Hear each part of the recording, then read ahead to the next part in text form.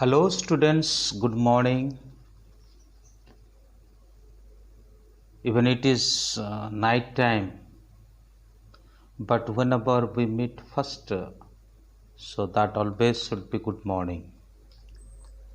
So, students, actually, I was making videos for CBSE classes, but somehow I was requested by somebody to make videos for Rajasthan board also.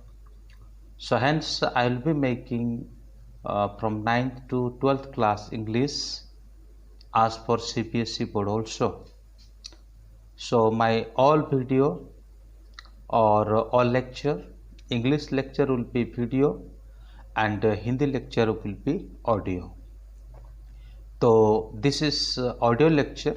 That is why I want to deliver this lesson to you in Hindi. So बच्चों, ये आज का जो हमारा चिंता का विषय रहेगा 3 क्वेश्चंस। ये 9th क्लास का है और आपका जो बुक है English second James of fiction. तो इस चैप्टर का जो पहला चैप्टर है, इस बुक का जो पहला चैप्टर है द 3 क्वेश्चंस, यानी 3 सवाल। तो ये 3 सवाल क्या था और किसने पूछा था और उसको किस प्रकार से ये तीनों सवाल का जवाब मिल गया, उसके ऊपर आज हम विचार विमर्श करेंगे। तो यहाँ पर हम देखते हैं एक राजा के बारे में। ठीक है, आज के समय पर जैसे मंत्रियों के द्वारा देश को चलाया जाता है, शासन किया जाता है, वैसे प्राचीन काल में और ये जो देश को राजा लोग चलाते थे। तो इस लेसन का जो लेखक है वो Leo Tolstoy, okay, Leo Tolstoy, और उन्होंने इसको 1903 में खास करके यहूदी लोगों को विचार में लेते हुए, यहूदी लोगों को जो डेस्टिट्यूट कंडीशन था और उस कंडीशन को देखते हुए उन्होंने इस स्टोरी को उन्होंने तैयार करी थी। तो आओ हम इस स्टोरी को देखेंगे। तो जैसे मैं कहा था, राजा है, राजा बहुत अच्छा व्यक्ति है और वो हमेशा यही चाहता था किसी न किसी रूप से अपनी प्रजाओं के लिए अच्छा काम करे, अपनी प्रजाओं के लिए हमेशा अपनी प्रजाओं का जो दुख और अपनी प्रजाओं का जो भी कुछ बातें हैं वो सुने। तो काम करने का बहुत अच्छा उद्देश्य था, बहुत ही अच्छा मतलब विचार था, लोगों के लिए हमेशा वो तत्पर हुआ करते थे। तो लेकिन उनके जीवन में 3 सवाल था। ठीक है, कि 3 सवाल क्या है कि पहला सवाल है कि किसी कार्य को करने के लिए सही समय कौन सा है, पहला सवाल। और दूसरा सवाल है कि ऐसे कौन से सही व्यक्ति है जिसको पहले सुना जाए। और तीसरी सवाल ये था कि ऐसा कौन सा इम्पोर्टेंट कार्य है जिसको पहले किया जाए। तो ये तो तीनों क्वेश्चन उनके अंदर घूम रहा था और फिर उसको जवाब नहीं मिल रहा था। तो इसलिए उन्होंने क्या किया कि अपने जो देश है उसमें एक प्रोक्लेमेशन को जारी किया, यानी एक घोषणा पत्र को जारी किया। तो उसमें क्या था कि लोग अलग अलग जगह से आएंगे, उनके जो पैलेस है उस पैलेस में सब इकट्ठा होंगे। इकट्ठा होने के बाद उनको ये 3 क्वेश्चन को पूछा जाएगा, ये 3 सवाल को पूछा जाएगा और उनसे ये आंसर का भी आशा की जाएगी। तो वैसा ही किया गया और विभिन्न प्रांत से विद्वान लोग, ज्ञानी लोग यहाँ पर आ गए और आने के बाद उनके सामने राजा ये 3 सवाल को रखता है। फिर से ये तीनों सवाल को मैं आपके सामने दोहराता हूँ। सवाल क्या है? पहला सवाल है राइट टाइम कौन सा है जब हम किसी कार्य को शुरू करें। सही व्यक्ति कौन सा है, कौन है जिसको पहले हम सुने, और ऐसा महत्वपूर्ण काम कौन सा है जिसको पहले हम करें। तो ये तीनों क्वेश्चन जब वो आए हुए विद्वानों को पूछा तो विद्वानों ने क्या किया, भिन्न भिन्न प्रकार का उत्तर को दिया। कोई तो ऐसा कहा कि आपके पास एक काउंसिल होनी चाहिए, कोई तो ऐसा कहा कि आपके पास ज्ञानी व्यक्तियों का एक मतलब गवर्नेंस बॉडी होना चाहिए, कोई तो ऐसा कहा कि आपके पास जो जादूगर तथा मैजिशियन और साथ ही साथ जो ज्योतिष विद्या में नॉलेज ज्ञान रखने वाले, ये सभी लोग होने चाहिए, और यही आपको सही समय बता पाएंगे, यही आपको सही व्यक्ति बता पाएंगे, और यही आपको और सही मतलब जो इम्पोर्टेंट टाइम है वो ही आपको बता सकते हैं। क्योंकि जो सरकरर होते हैं यानी जादूगर होते हैं, उनको पता रहता है कि आगे क्या होने वाला है। तो उसी के आधार पर और कुछ यही जवाब देते हैं कि आपके पास साइंटिस्ट को रहना ज़रूरी है, और कुछ को यही आर्गूमेंट होता है कि आपके पास जो वर्शिपर्स होते हैं यानी ईश्वर को विश्वास करने वाले होते हैं, ईश्वर भक्त होते हैं, वो लोग रहने वाले हैं। तो ये सभी चीज़ों को और यही लोग ही बता सकते हैं। लेकिन यहाँ पे देखा गया कि अभी उत्तर जो है सबके अलग अलग होते थे, मतलब किसी का उत्तर किसी से नहीं मिलता था। तो ऐसे परिस्थिति में राजा बड़ा कन्फ्यूजन में आ गया कि वो किसको माने किसको छोड़े। तो इसलिए उन्होंने किसी का माना नहीं, या तो फिर किसी को उन्होंने कोई और मतलब जो प्राइज डिस्ट्रीब्यूट करना था वो भी उन्होंने नहीं दिया। फिर क्या होता है, राजा सोचते हैं कि अभी तो वो क्या करेगा, एक हेर्मिट के पास जाएगा। हेर्मिट कौन होता है, यह संत लोग होते हैं जो जंगल में बैठ कर के तपस्या करते हैं और जंगल में ही उनका जीवन यापन होता है। वो सिर्फ ईश्वर की भक्ति करते हैं, ईश्वर की आराधना करते हैं, और साथ ही साथ वो उसी जंगल में ही अपने जीवन यापन करते हैं। तो राजा ऐसा सोचे, फिर एक हेर्मिट के पास वो जाने के लिए अपने अस्तबल के साथ, अपने सिपाहियों के साथ, अपने जो बॉडीगार्ड है उन सभी के साथ वो निकल जाते हैं। जैसे वो जंगल में जाते हैं और जंगल में जाने के बाद ऐसा होता है कि वो अपना भेष को बदल देते हैं, एक आम व्यक्ति की तरह अपना भेष को वो बदल देते हैं, और अपने जो बॉडीगार्ड थे, जो अंगरक्षक वगैरह थे, उन सभी को उन्होंने दूरी जगह पर खड़ा कर दिया, अपने सिपाहियों को भी उन्होंने दूरी जगह पर खड़ा कर दिया। फिर अकेले में वो क्या करते हैं कि वो हेर्मिट के पास जाते हैं, संत के पास जाते हैं, और वहाँ पे संत के पास पहुँचते हैं, और पहुँचने के बाद ऐसा होता है कि संत जो है एक खड्डा खोद रहा होता है एक स्पैड को लेकर के। तो जैसे राजा वहाँ पे पहुँचते हैं और संत उस बात को एहसास करते हैं कि हाँ एक बंदा मेरे पास आया है, फिर वो उनके पास बैठते हैं। अब बैठने के बाद वो किस उद्देश्य से आए हुए हैं उस बात को वो बताते हैं, और जैसे इस बात को, ये तीनों सवाल को ये हेर्मिट सुनता है, सुनने के बाद वो अपना काम करने लग जाता है, उनको कोई जवाब नहीं देता।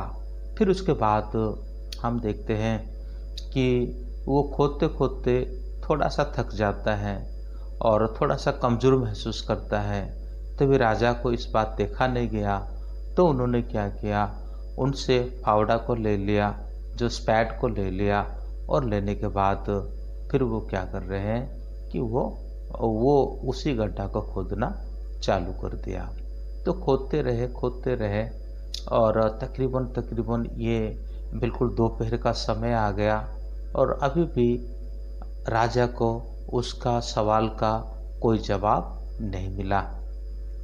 फिर से उन्होंने पूछा अपने सवाल को, तभी और जो हेर्मिट है उन्होंने उनके हाथ से फावड़ा को ले लिया और लेने के बाद फिर वो खोदना चालू कर दिए। कोई जवाब अभी तक नहीं दिया।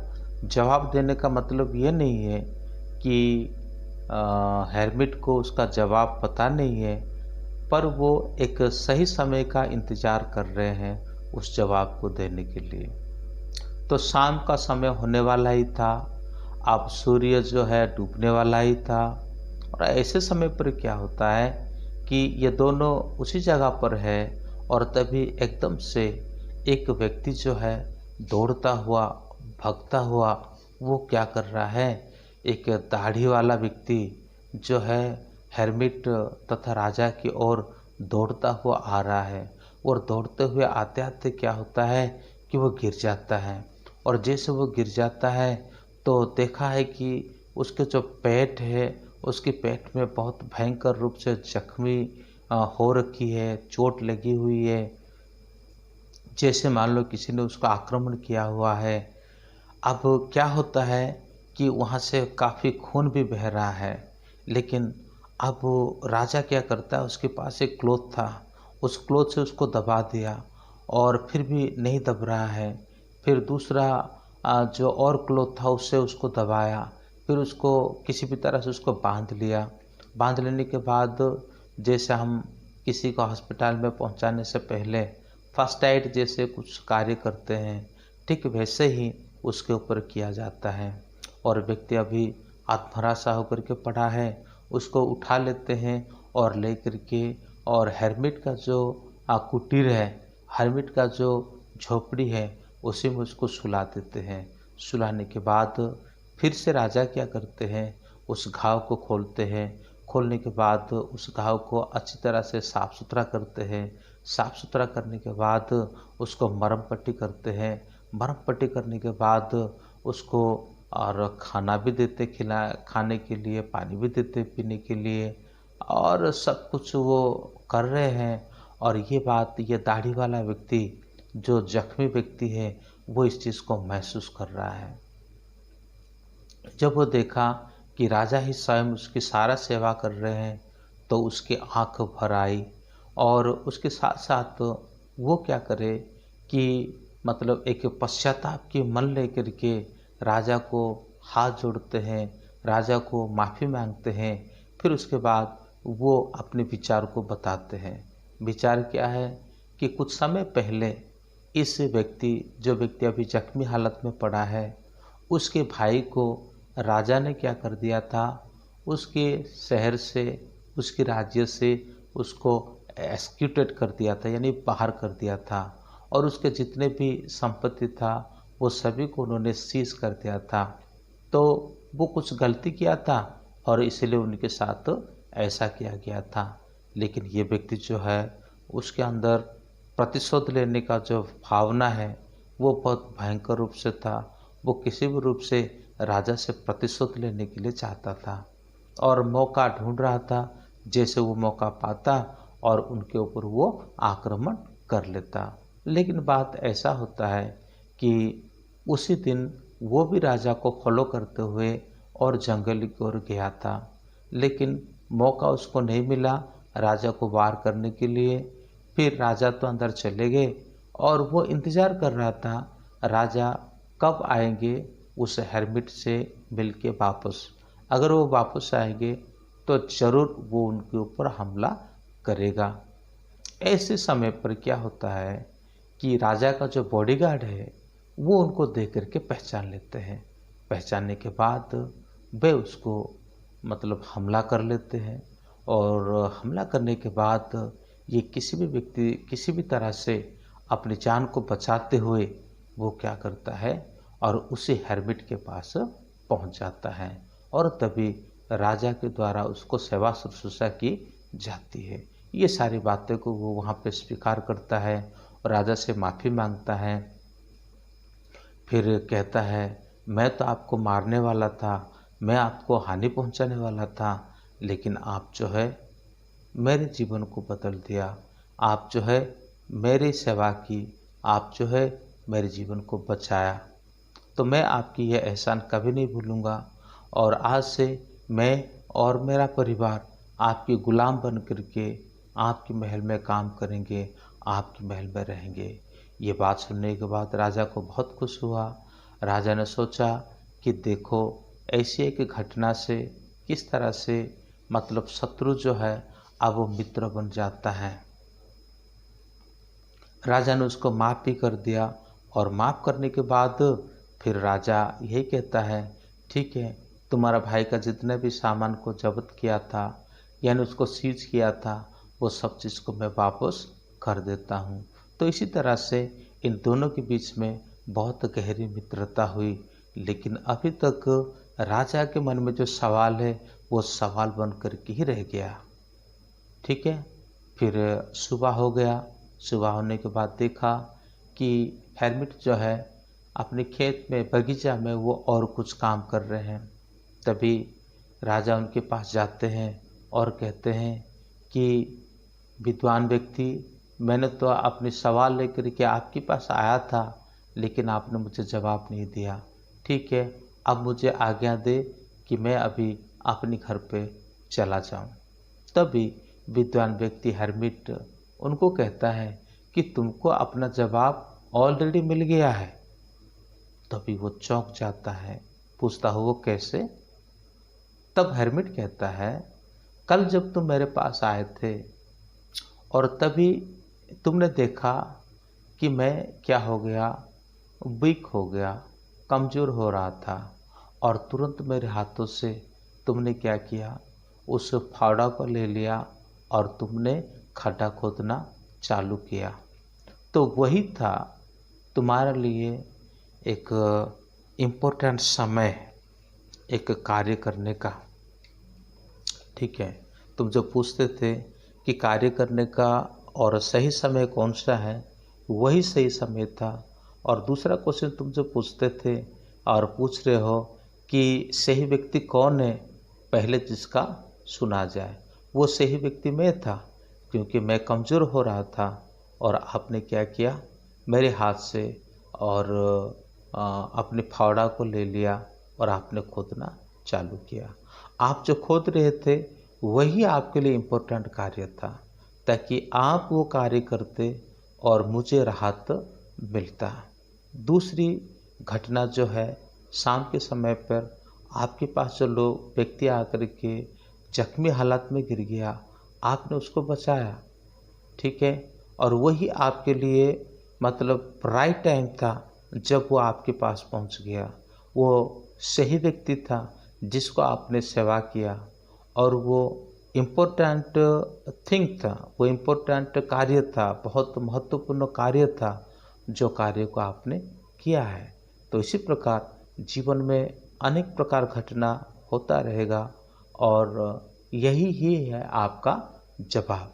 जब इस जवाब को सुन जाता है और तभी वो समझ जाता है कि कोई पर्टिकुलर फिक्सड टाइम नहीं होता है और हालात के सामने जो कार्य आता है और वही होता है इम्पोर्टेंट कार्य, वही होता है इम्पोर्टेंट व्यक्ति, वही होता है इम्पोर्टेंट समय।